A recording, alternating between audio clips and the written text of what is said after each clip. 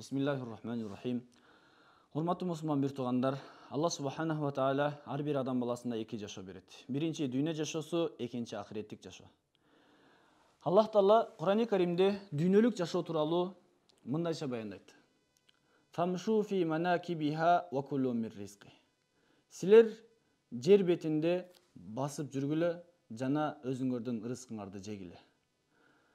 Жана башка аяттарга дагы көз жүгүрткөн болсок, бардык жерде дүйнөлүк нерселер рызкы тууралуу айтканда, силер жегиле, талап кылгыла, дүйнөдө баскыла деген сөздөр менен айткан. Ал эми акыреттик Аллах Тааланын кечирими, бейиш тууралуу Аллах Таала Кур'ани Каримде айтып жаткан учурда, Аллах Таала васари'у иля магфиратин мир роббикум. Силер Роббиңердин кечиримине шашылгыла. Иза нудия лис-салати ми яумил жум'ати фас'ау иля зикрилlah. Качан жума күнү намазга азан айтылганда, силер Аллахты эстөө үчүн Аллахтын зикирине шашылгыла, чуркагыла деп Аллах Таала өтө катуу кызыктырган.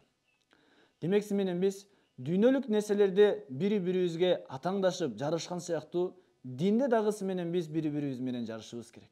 Себеби Аллах Таала фастабикул хайрат, жакшылыкта жарышкыла, жакшы амалдарды кылууга жарышкыла деп айткан.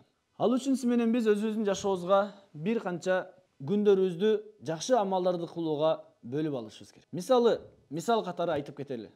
Мисалы 7 күнгө биз 7 амалды кылып алайлы. Биринчи күнү мисалы бир аят жаттайлы. Бир аят жаттоо өтө эле жеңил. Эгер сиз жумушта болсоңуз, соодагер болсоңуз, соода менен биргеликте дагы, жумушуңуз менен биргеликте дагы бир аятты жаттоо жеңил. Мисалы инна а'тайнакал каусар. Бир кичинекей барака жазып алып, ошону кайталаганча дагы жумуш кыла бериңиз. Демек бир күнүн ичинде жаттоо өтө жеңил. Экинчи күнү мисалы бир хадис жаттайлы. Пайгамбарыбыз саллаллаху алейхи саламдын кыска, а бирок мааниси өтө көп, өтө терең пайгамбарыбыздын берекелүү хадистери бар. Мисалы аль-хаяу шу'бату минал иман. Уяттуулук дагы имандын бир зарыл бутагы. Тазалык дагы имандын жарымы. Мына ошол сыяктуу хадистерди жаттайлы. Үчүнчү күнү биз бир дуа жаттайлы. Канча пайгамбарыбыз саллаллаху алейхи ва салламдын жашоодо берекелүү сүннөт дуалары бар.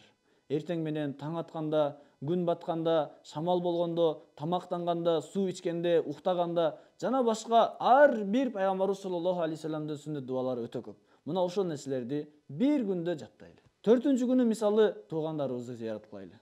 Себеби туугандарды зыярат кылуу дагы ибадат.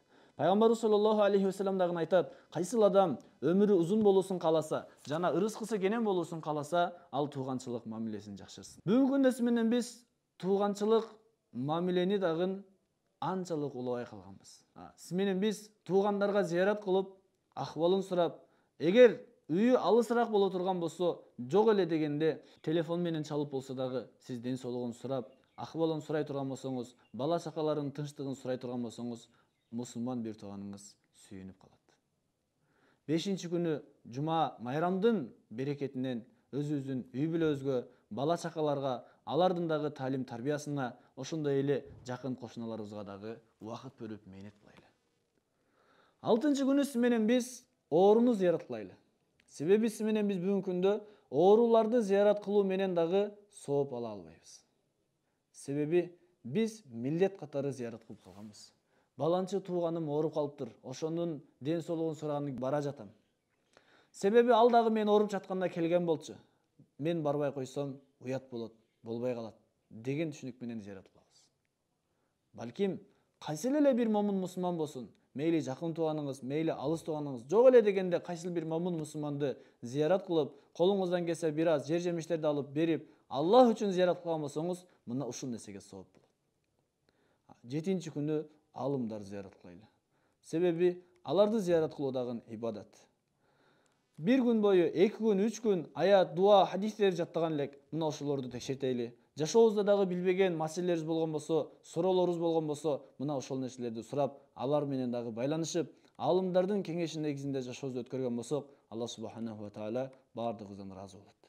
Эгер бир адам ушул сыяктуу өзүнүн күндөрүнө бир амалдарды дайындап, эгер күндө истикомат менен аткарып өтө турган болсо, бул адам bir жылдын ичинде 51 аят жаттаган болот, 51 хадис жаттаган болот, 51 дуа жаттаган болот, 51 жолу туугандарын зыярат кылган болот, 51 жолу үй бүлөсүнө убакыт бөлгөн болот, 51 жолу ооруну зыярат кылган болот, 51 жолу алымдарды зыярат кылган болот. Аллах таалам бардыгыбызга айтылган уккан сөздөргө амал кылууга мүмкүнчүлүк берсин.